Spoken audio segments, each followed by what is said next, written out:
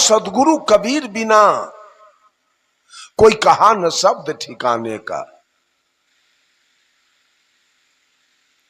कोई लीला 24 अवतारन का, कोई कहता तीर्थ कराने का, कोई देवल कोई देह देहरा, कोई कहता भक्ति कराने का, कोई कहता कुछ न करना रसना राम रटाने का। कह सदगुरु कबीर बिना कोई कहा न शब्द ठिकाने। कोई 24 अवतार की पूजा बता दिया, इन भगवानों का पूजा करो तुम्हारी मुक्ति हो जाएगी। भगवान का 10 मुख अवतार बताया है और 14 उप अवतार बताया है।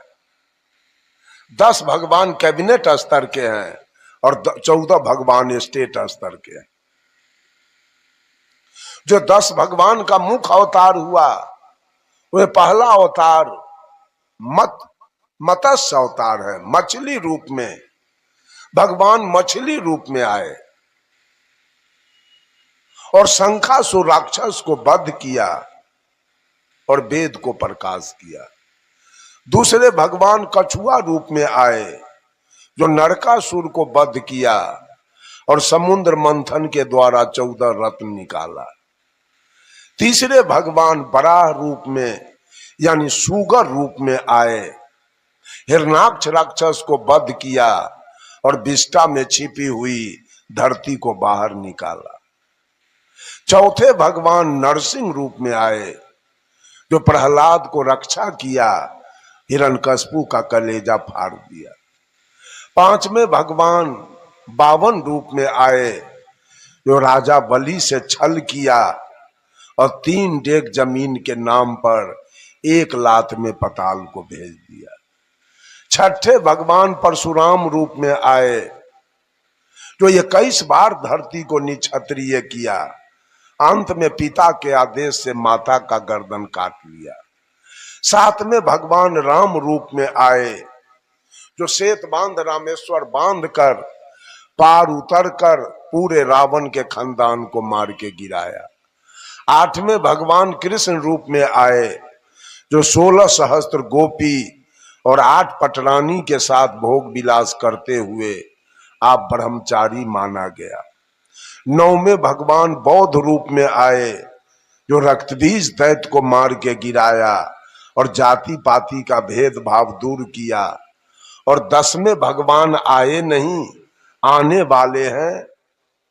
लिखा है उत्तर प्रदेश में मुरादाबाद एक टाउन है, उसके बगल में संभल एक गांव है, वहां कुमारी ब्राह्मणी के कोख से कलंकी अवतार लेगा जो कलयुग में कालिंजर राक्षस को मार के गिराए। इन अवतार बाद की पूजा ये भोली भाली जनता से करवाया गया।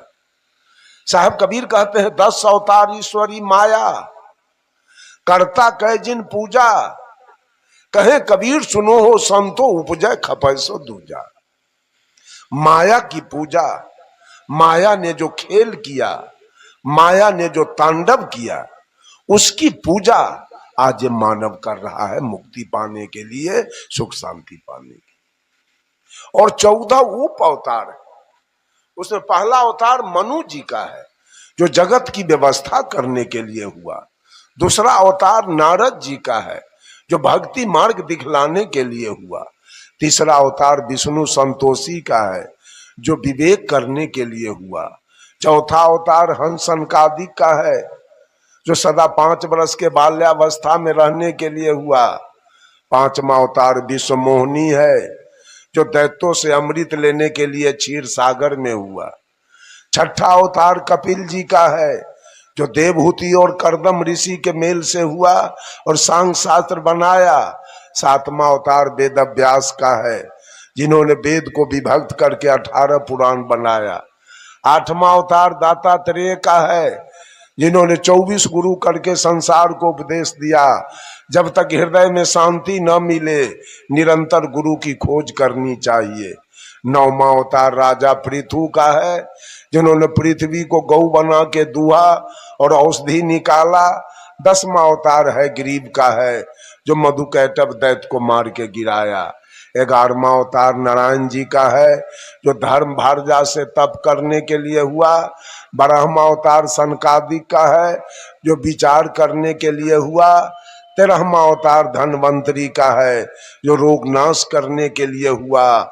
14वां अवतार यज्ञमय इंद्र की कन्या से यज्ञ करने के लिए हुआ। ये सारे दुनिया के हिंदू समाज इसी 24 माया ने जो तांडव किया, उसी तांडव की पूजा, इसी 24 अवतार की पूजा करने में सारे लोग।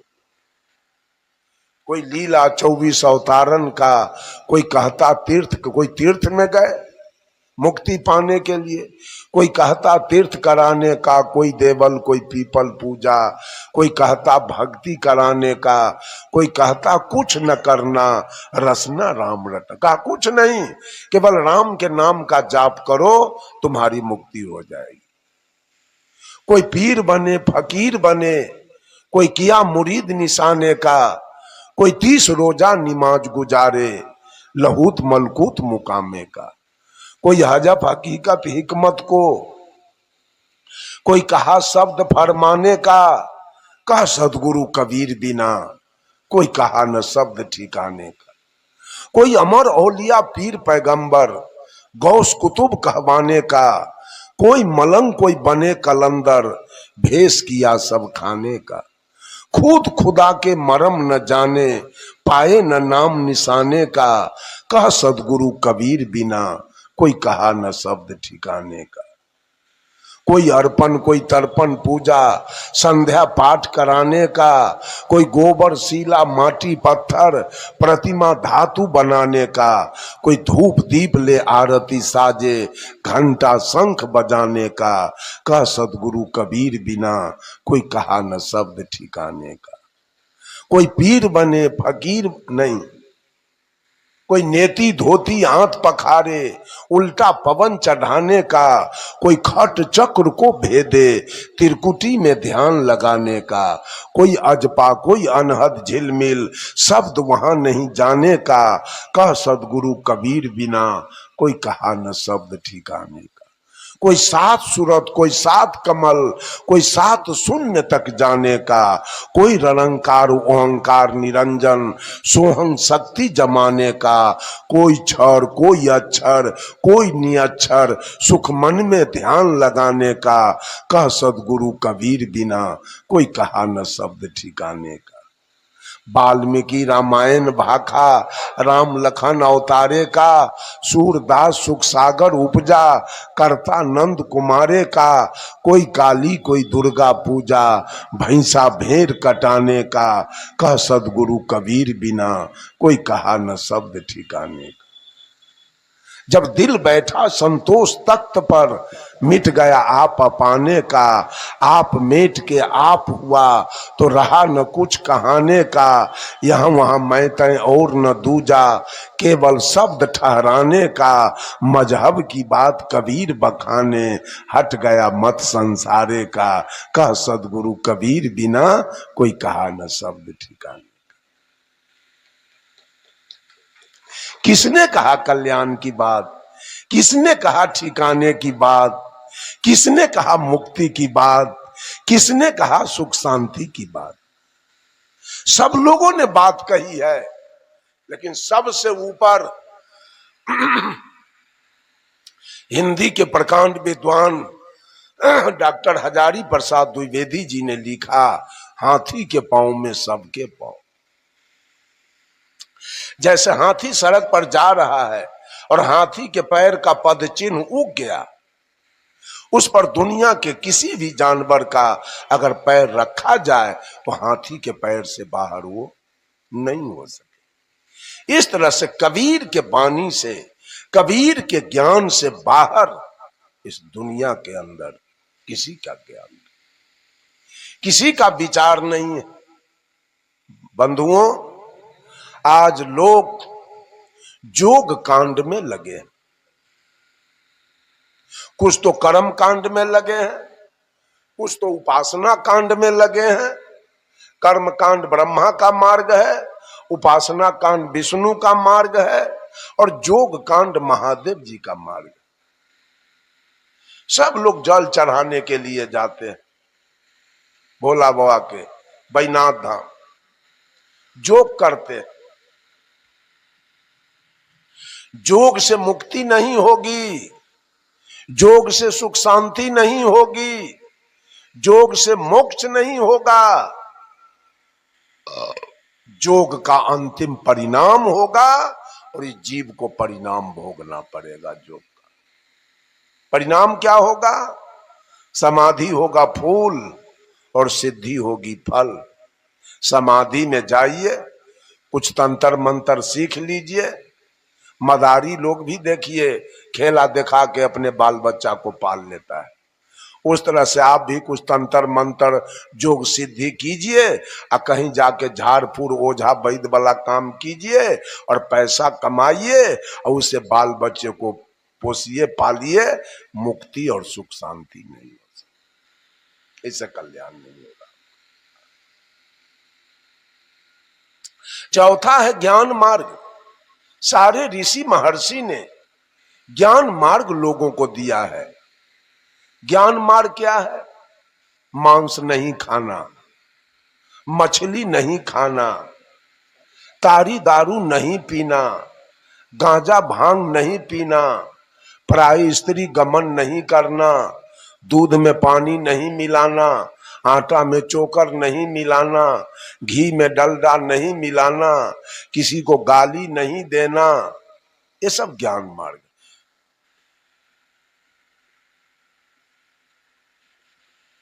ज्ञान मार्ग से आपने चला है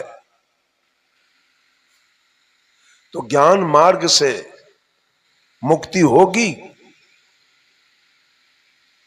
सारे ऋषि का मार्ग है ज्ञान मार्ग। तुलसीदास जी ने भी कोई मांस मछली खाने के लिए नहीं कहा, सूरदास जी भी नहीं कहा, नानक जी ने भी नहीं कहा, रविदास जी ने नहीं कहा, सुपच भगत जी ने नहीं कहा। सबका है ज्ञान मार्ग। लेकिन ज्ञान मार्ग से तो चलते हैं, लेकिन एक ईश्वर की कल्पना तो करते हैं। कहीं न कहीं मेरा मालिक बैठा है, कहीं न कहीं मेरा परवरदिगार बैठा है, उसके फेर में तो आप पड़े हैं। ज्ञान से चलते जरूर हैं, लेकिन कहीं न कहीं आप फेर में पड़े हैं। उससे भी हमारी मुक्ति होने वाली नहीं है। ज्ञान मार्ग से भी हमारी मुक्ति नहीं होगी, मेरा कल्याण नहीं होगा। यह गर्भ और श्मशान आने और जाने की जो व्यवस्था है वो हमको नहीं छोड़े। साहब कबीर का एक भजन है, डगरिया भूल गई कहीं विधि घर को जाओ, डगरिया भूल गई। कैसे जाओगे अपने घर? डगर तो भुला गया, डगर तो छूट गया। पंथ चलत के ते दिन बीते ढूढ़ने कन भाव, पंथ चलत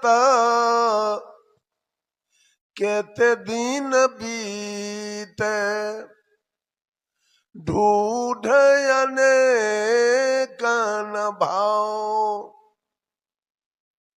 नाना कर्म करत मन हारे, जो मृग जल को धाओ, डगरिया भूल गई कहीं विधि घर को जाओ, डगरिया भूल गई।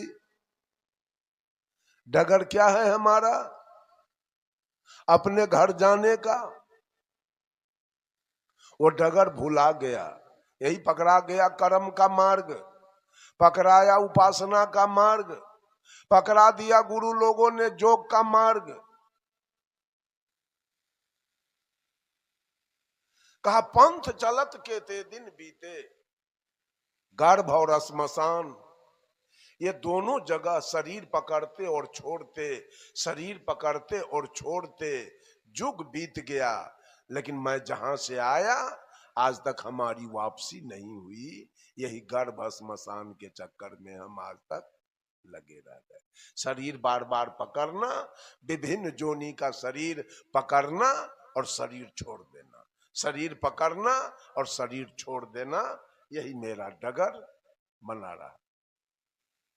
कहा पंथ चलत के ते दिन बीते, ये रास्ता चलते चलते गर्भ श्मशान का रास्ता तय करते करते युग बीत गया। ढूंढ अनेकन भाव, और मैं भी रास्ता खोजते रह गया। रमानंदी बने कि कबीर पंथी बने, कि आर्य समाज में जाएं, कि आनंद मार्ग में जाएं, कि गायत्री परिवार में जाएं, कि बाल जुगेश्वर में जाएं, कि सतपाल जी में जाएं, कि सदा फलदेव जी में जाएं, कि बाबा जय गुरुदेव में जाएं। आज तक मनुष्य रास्ता खोज रहा है। सदगुरु कबीर कहते पंथ चलत के ते दिन बीते, ढूंढ अनेकन भाव, नाना कर्म करत मन हारे। नाना प्रकार के कर्म, कुकर्म और सुकर्म तीनों करते करते अंत में यह मन हार गया है, अंत में रो रहा है। मरने के समय आंख से आंसू गिर रही, सारा कुछ करने के बाद। नाना कर्म करत मन हारे, उदाहरण देते हैं साहब कबीर। आज हम लोग मैट्रिक में पढ़े थे इस उदाहरण को। मैट्रिक में पढ़ाई हुआ मृग तृष्णा, जिसे मरीचिका भी कहते हैं। जब जेठ के महीने में सारे नदी नाला कुआं तालाब सूख जाते हैं, पानी कहीं नहीं है। जेठ की दोपहरी 12 बजे दिन प्यास से विचलित होकर वो मिर्गा जब जंगल से निकलता है, तो मिर्गा की दृष्टि जेठ के दोपहरी पर चमकते हुए रेता बालू पर पड़ता है। जेठ की दोपहरी में वो बालू रेता चकमक चकमक चकमक चकमक करने लगता है। उस चमकते हुए बालू पर जब मिर्गा की दृष्टि पड़ती है, तो मिर्गा सोचता है शायद वहां पानी है, जाऊं अपने प्राण को बचाऊं। मिर्गा दौड़ के वहां जाता है। वहां गया तो क्या मिला? बालू, वहां कोई पानी नहीं। मिर्गा वहां जाकर पश्चाताप करता है, अब मैं क्या करूं। फिर मिर्गा अपने दृष्टि को आगे बढ़ाता है। आगे के चमकते हुए बालू पर जब मिर्गा की दृष्टि जाती है, मिर्गा वहां दौड़ के जाता है। वहां पानी दिखाई दे रहा है, वहां जाके अपने प्राण को बचाऊं। मिर्गा दौड़ के वहां गया, वहां भी केवल बालू है। मिर्गा गया और वहां अपने प्राण को तज देता है। वैसे ही दुनिया के लोग नाना प्रकार के तीर्थ स्थानों में भगवान को खोजते खोजते, दौड़ लगाते लगाते मिर्गा के तरह दौड़ते दौड़ते दिग्भ्रमित होकर अंत में अपने प्राण, अपना शरीर छोड़ देते हैं। जैसे मिर्गा बालू के चकमकाहट को पानी समझ तक कर दौड़ते दौड़ते अपना प्राण अंत में तज दिया, वैसे मानव भी भगवान देवी दुर्गा के पाने के फेर में दौड़ते दौड़ते, पूजते पूजते अंत में अपना देह छोड़ देता है, रोते रोते मर जाता है। साहब कबीर कहते हैं, अरे वेद पढ़ी पढ़ी पंडित हारे, चतुर न पाबहि ठाव। जेहि पूछो सो नाम बतावे, नाही दिखावे। गाँव डगरिया भूल गई। कहते हैं वेद पढ़ी पढ़ी पंडित हारे। वेद पुराण पढ़ते पढ़ते पंडित लोग हार गए, पढ़ाते पढ़ाते हार